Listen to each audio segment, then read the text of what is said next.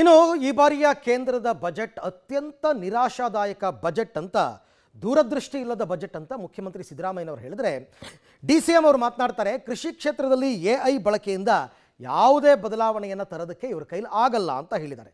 ಇನ್ನು BJP ನಾಯಕರು ಮಾತ್ರ ಇದೊಂದು ಶಕ್ತಿಯುತವಾದಂತಹ ಬಜೆಟ್ ಅಂತ ಬಣ್ಣಿಸಿದ್ರೆ, ಆರ್ಥಿಕ ತಜ್ಞರು ಬಜೆಟ್ ಅನ್ನು ಯಾವ ರೀತಿ ವಿಶ್ಲೇಷಣೆ ಮಾಡಿದ್ದಾರೆ ನೋಡೋಣ ಬನ್ನಿ. ಕೇಂದ್ರ ಬಜೆಟ್ ಬಗ್ಗೆ ಕಾಂಗ್ರೆಸ್ಸಿಗರು ಕಿಡಿ, ದೂರದೃಷ್ಟಿ ಇಲ್ಲದ ಬಜೆಟ್ ಎಂದ ಸಿಎಂ. ಕೃಷಿ ವಲಯದಲ್ಲಿ AI ಪ್ರಯೋಜನವಿಲ್ಲ ಡಿಕೆ. ಇತ್ತ ಕೇಂದ್ರ ಬಜೆಟ್ಗೆ ಕಾಂಗ್ರೆಸ್ ನಾಯಕರು ಪ್ರತಿಕ್ರಿಯಿಸಿದ್ದಾರೆ. ಕಲಬುರಗಿಯಲ್ಲಿ ಮಾತನಾಡಿದ ಸಿಎಂ ಸಿದ್ದರಾಮಯ್ಯ, ಇದೊಂದು ನಿರಾಶಾದಾಯಕ ಬಜೆಟ್, ದೂರದೃಷ್ಟಿ ಇಲ್ಲದ ಬಜೆಟ್ ಇದಾಗಿದೆ ಅಂತ ಕಿಡಿಕಾರಿದ್ರು. ಕನಕಪುರದಲ್ಲಿ DKಶಿ ಪ್ರತಿಕ್ರಿಯಿಸಿ, ಬಜೆಟ್ನಿಂದ ರಾಜ್ಯಕ್ಕೆ ಯಾವುದೇ ಅನುಕೂಲ ಆಗಿಲ್ಲ, ಕೃಷಿ ವಲಯದಲ್ಲಿ AI ಬಳಸಿದ್ರೆ ಏನ್ ಪ್ರಯೋಜನವಿಲ್ಲ, ರೈತರ ಬೆಳೆ ರೇಷ್ಮೆಗೆ ಉತ್ತೇಜನ ಕೊಡಬೇಕು ಅಂದ್ರು. ಇನ್ನುಳಿದಂತೆ ಕಾಂಗ್ರೆಸ್ ನಾಯಕರು ಕೇಂದ್ರ ಬಜೆಟ್ನಲ್ಲಿ ಯಾವುದೇ ಅಭಿವೃದ್ಧಿ ಯೋಜನೆಗಳಿಲ್ಲ ಎಂದಿದ್ದಾರೆ. ಅಲ್ಲದೆ ಬಜೆಟ್ನಲ್ಲಿ ಪದೇ ಪದೇ ಕರ್ನಾಟಕಕ್ಕೆ ಅನ್ಯಾಯವಾಗ್ತಿದೆ, ಕೇಂದ್ರದಿಂದ ಬರಬೇಕಾದ ಅನುದಾನ ಬಿಡುಗಡೆ ಆಗ್ತಿಲ್ಲ ಅಂತ ಕೈ ನಾಯಕರು ಕಿಡಿಕಾರಿದ್ದಾರೆ. ನಿರ್ಮಲಾ ಸೀತಾರಾಮನ್ ಅವರು ಕೇಂದ್ರದ ಹಣಕಾಸು ಸಚಿವರು ಕೇಂದ್ರ ಸರ್ಕಾರದ 13ನೇ ಬಜೆಟ್ ಅನ್ನು ಮಂಡಿಸಿದ್ದಾರೆ. ಈ ಬಜೆಟ್ಟು ಬಹಳ ನಿರಾಶಾದಾಯಕವಾದಂಥ, ದೂರದೃಷ್ಟಿ ಇಲ್ಲದ, ಬರೀ ಹೇಳಿಕೆಗಳಿಂದ ಕೂಡಿರ್ತಕ್ಕಂಥ ಆಯವ್ಯಯ. ಏನು ಯಾವ ಸ್ಪೆಷಲ್ ಟ್ರೈನ್ ಆಗಿದೆ, ಏನ್ ಹಣ ಬಂದಿದೆ, ಹಿಂದೆ ರಾಜ್ಯದ ಹಣಕಾಸು ಆಯೋಗದಲ್ಲಿ ಮಾರ್ಗದರ್ಶನ ಕೊಟ್ಟಿದ್ರಲ್ಲೇ 80,000 ಕೋಟಿ ರೂಪಾಯಿ ನಮಗೆ ಲಾಸ್ ಆಗಿದೆ. ಈಗ ಯಾವುದು ಕೂಡ ನಮಗೆ ಅನುಕೂಲ ಆಗಿಲ್ಲ.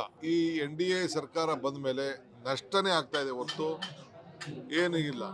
ಈ ರಾಜ್ಯಕ್ಕೆ ಅನ್ಯಾಯ ಆಗ್ತಿದ್ದಾಗ ಕೇಂದ್ರ ರಾಜ್ಯದ ಮಂತ್ರಿಗಳೆಲ್ಲ ಸ್ವಾಭಿಮಾನ ಇದ್ರೆ, ಕರ್ನಾಟಕ ರಾಜ್ಯದ ಬಗ್ಗೆ ಅವ್ರಿಗೇನಾದ್ರು ಆಸಕ್ತಿ ಇದ್ರೆ ಅವರೆಲ್ಲ ರಾಜೀನಾಮೆ ಕೊಟ್ಬಿಡೋದು ಮೇಲು.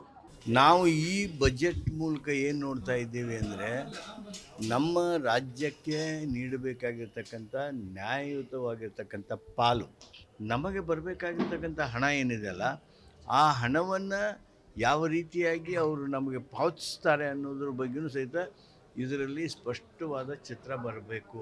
ಇತ್ತ ಕೇಂದ್ರ ಬಜೆಟ್ ಅನ್ನ ಬಿಜೆಪಿ ನಾಯಕರು ಸ್ವಾಗತಿಸಿದ್ದಾರೆ. ಕೇಂದ್ರ ಬಜೆಟ್ ಕೇವಲ ಚುನಾವಣೆ ಗೆಲ್ಲೋದಲ್ಲ, ದೇಶ ಗೆಲ್ಲೋದು, ಬಡವರಿಗೆ ಬಲ ಕೊಡೋದು ಅಂತ ಶ್ಲಾಘಿಸಿದ್ದಾರೆ.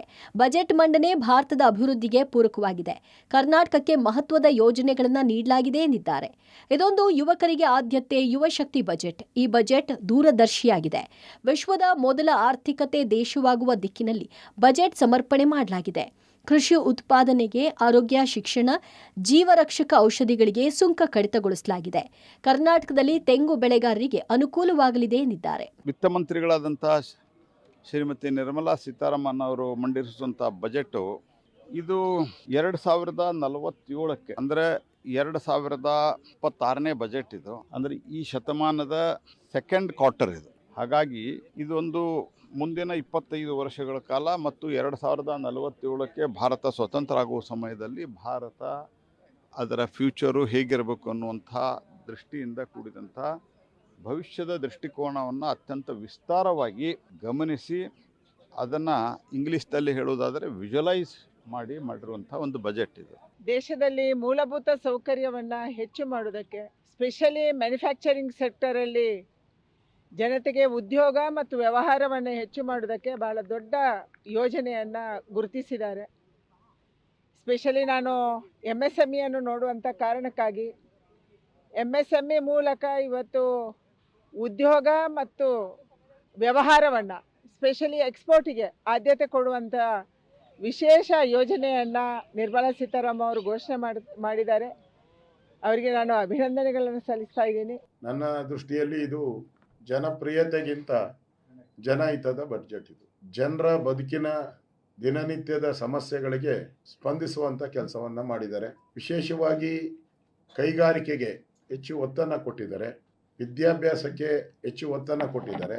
ಪ್ರಮುಖವಾಗಿ ಮಹಿಳೆಯರು, ಹೆಣ್ಮಕ್ಳು ವಿದ್ಯಾಭ್ಯಾಸ ಮಾಡುವಂಥದ್ದಕ್ಕೆ ಪ್ರತಿ ಜಿಲ್ಲೆಯಲ್ಲೂ ಹಾಸ್ಟೆಲ್ಗಳನ್ನು ನಿರ್ಮಾಣ ಮಾಡೋದಕ್ಕೆ ಕೇಂದ್ರ ಸರ್ಕಾರನೇ ಮುಂದೆ ಬಂದಿರೋದು ಇದು ಮೊದಲ ಬಾರಿ ಅಂತ ನನಗನ್ಸುತ್ತೆ. 3 ಕರ್ತವ್ಯ ಶಕ್ತಿಗಳ ಆಧಾರದ ಮೇಲೆ ಮಂಡಿಸಲ್ಪಟ್ಟ ಈ ಒಂದು ಬಜೆಟ್ ಉತ್ಪಾದನಾ ಹೆಚ್ಚಳ, ಜನರ ಆಶೋತ್ತರಗಳ ಈಡೇರಿಕೆ ಹಾಗೂ ಸಬ್ಕಾ ಸಾಥ್ ಸಬ್ಕಾ ವಿಕಾಸ್ 3 ಅಂಶಗಳನ್ನು ಗಮನದಲ್ಲಿಟ್ಟುಕೊಂಡು ತಮ್ಮ ಬಜೆಟ್ ಅನ್ನ ಮಂಡನೆ ಮಾಡಿದ್ದಾರೆ. ಮತ್ತು ಎಲ್ಲ ಕ್ಷೇತ್ರಗಳಿಗೂ ಕೂಡ ಆದ್ಯತೆಯನ್ನು ನೀಡಿದ್ದಾರೆ. ಕೈಗಾರಿಕಾ ಕ್ಷೇತ್ರ, ಪ್ರವಾಸೋದ್ಯಮ, ITBT ವಿಶೇಷವಾಗಿ ರೈತರ ಆದಾಯವನ್ನ ದ್ವಿಗುಣ ಮಾಡುವ ನಿಟ್ಟಿನಲ್ಲಿ ಅನೇಕ ಯೋಜನೆಗಳನ್ನು ಇವತ್ತು ಘೋಷಣೆ ಮಾಡಿದ್ದಾರೆ, ಕಾರ್ಯಕ್ರಮಗಳನ್ನು ಘೋಷಣೆ ಮಾಡಿದ್ದಾರೆ. ಯುವ ಶಕ್ತಿಗೂ ಕೂಡ ಪೂರಕವಾಗಿರ್ತಕ್ಕಂಥ ಒಂದು ಬಜೆಟ್ ಅನ್ನ ಮಂಡನೆ ಮಾಡಿದ್ದಾರೆ. ಕ್ರೀಡಾ ಕ್ಷೇತ್ರಕ್ಕೆ ಹೆಚ್ಚು ಒತ್ತನ್ನು ನೀಡುವ ಇನ್ನು ಕೇಂದ್ರ ಬಜೆಟ್ ಬಗ್ಗೆ ಆರ್ಥಿಕ ತಜ್ಞ ವಿಜಯ್ ರಾಜೇಶ್ ವಿಶ್ಲೇಷಣೆ ಮಾಡಿದ್ದಾರೆ. ಈಸಿ ಫೈಲ್ ರಿಟರ್ನ್ಸ್ ಹಾಗೂ ಲೈಫ್ ಈಸಿ ಬಗ್ಗೆ ಈ ಬಾರಿ ಬಜೆಟ್ ನೋಟ ಹರಿಸಿದೆ. ರಿವೈಸ್ ರಿಟರ್ನ್ಸ್ಗೆ ಕಾಲಾವಕಾಶ ವಿಸ್ತರಣೆ ಮಾಡಲಾಗಿದೆ. ಸಣ್ಣ ಉದ್ಯಮದಾರರಿಗೆ ಹಲವಾರು ಬಾರಿ ಟ್ಯಾಕ್ಸ್ ಡಿಡಕ್ಟ್ ಆಗುತ್ತೆ. ಸಣ್ಣ ಉದ್ದಿಮೆದಾರರು ಜುಲೈನಲ್ಲಿ ರಿಟರ್ನ್ಸ್ ಫೈಲ್ ಮಾಡಬೇಕು. ಟ್ಯಾಕ್ಸ್ ಕಟ್ಟದೇ ಇರೋರು, ಕಡಿಮೆ ಟ್ಯಾಕ್ಸ್ ಇರೋರು ಆನ್ಲೈನ್ನಲ್ಲಿ ಲೆಸ್ ಟಿಡಿಎಸ್ ಅಥವಾ ನೋ ಟಿಡಿಎಸ್ ಸರ್ಟಿಫಿಕೇಟ್ ಪಡೆದುಕೊಳ್ಳಲು ಅವಕಾಶ ನೀಡಲಾಗಿದೆ. ಈ ಮೊದಲು ಆನ್ಲೈನ್ನಲ್ಲಿ ಈ ಸರ್ಟಿಫಿಕೇಟ್ಗೆ ಅಪ್ಲೈ ಮಾಡಿ ಆಫೀಸರ್ ಹತ್ರ ಹೋಗಿ ಸಮಯ ತೆಗೆದುಕೊಳ್ತಿತ್ತು. ತೆರಿಗೆ ಕ್ರಮಗಳಲ್ಲಿ ಸುಧಾರಣೆ ತರಲಾಗಿದೆ ಎಂದಿದ್ದಾರೆ. ನಾನು ಅಪ್ಡೇಟೆಡ್ ರಿಟರ್ನ್ ಅಂತ ಇತ್ತು, ಅಂತಂದರೆ ನಾನು ರಿಟರ್ನೇ ಫೈಲ್ ಮಾಡಿಲ್ಲ, ಆಮೇಲೆ ನಾನು ತಿಳ್ಕೊಂಡೆ ಕಾರಣಾಂತರಗಳಿಂದ. ಆಗ ನಾನು ರಿಟರ್ನ್ ಫೈಲ್ ಮಾಡೋಕ್ಕೆ ಹೋದಾಗ ಏನಪ್ಪ ಅಂತಂದರೆ ನಾನು 25% ನಾನು ಟ್ಯಾಕ್ಸ್ ಕಟ್ತಾ ಇದ್ದೆ 1 ವರ್ಷದೊಳಗಿದ್ದರೆ. 2 ವರ್ಷ ಆಗಿದ್ದರೆ ಅದು 50% ಆಗ್ತಾ ಇತ್ತು. ಅದನ್ನು 10%ಗೆ ಅವರು ತೆಗೆದುಕೊಂಡು ಬಂದಿದ್ದಾರೆ. ಇನ್ನು TCS ವಿಚಾರದಲ್ಲಿ ಕೂಡ ನಾವೇನಾದರೂ ವಿದೇಶದಲ್ಲಿ ಓದ್ತಾ ಇದ್ದರೆ ಆ ಫೀಸ್ಗೋಸ್ಕರ ಮಾಡ್ತಾ ಇದ್ದಂಥ ಟ್ರಾನ್ಸ್ಫರ್ಸ್ ಇರ್ಬೋದು, ಅಥವಾ ವಿದೇಶದಲ್ಲಿ ಏನಾದರೂ ವೈದ್ಯಕೀಯ ವೆಚ್ಚಕ್ಕೋಸ್ಕರ ಹಣ ತೆಗೆದುಕೊಂಡು ಹೋದರೆ ಅದು TCS ಅಂತ 5% ಮಾಡ್ತಾಯಿದ್ರು. ಅಂದರೆ ನಾನು 100 ರೂಪಾಯಿ ತೆಗೆದುಕೊಂಡು ಹೋದರೆ 5 ರೂಪಾಯಿ ಜಾಸ್ತಿ ಕಡಿತ ಆಗ್ತಾಯಿತ್ತು.